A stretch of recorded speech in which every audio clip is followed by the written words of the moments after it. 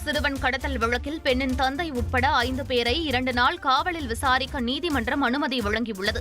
திருவாலங்காடு சிறுவன் கடத்தல் வழக்கில் வனராஜா, மணிகண்டன், கணேசன், சரத் மற்றும் விருப்ப ஓய்வு பெற்ற பெண் காவலர் மகேஸ்வரி ஆகியோர் கைது செய்யப்பட்டு புழல் சிறையில் அடைக்கப்பட்டனர். இந்நிலையில் ஜாமீன் கேட்டு 5 பேரும் சென்னை உயர்நீதிமன்றத்தில் மனு தாக்கல் செய்த நிலையில் வழக்கை விசாரிக்கும் திருவள்ளூர் சிபிசிஐடி போலீசார் 5 பேரையும் 5 நாட்கள் காவலில் எடுத்து விசாரிக்க அனுமதி கோரி திருவள்ளூர் நீதிமன்றத்தில் மனு தாக்கல் செய்தனர். வழக்கை விசாரித்த நீதிபதி சுனில் வினோத் 2 நாட்கள் விசாரிக்க அனுமதி அளித்தார். இதனையடுத்து 5 பேரையும் சிபிசிஐடி போலீசார் பலத்த பாதுகாப்புடன் காவலில் விசாரிக்க அழைத்து சென்றனர்.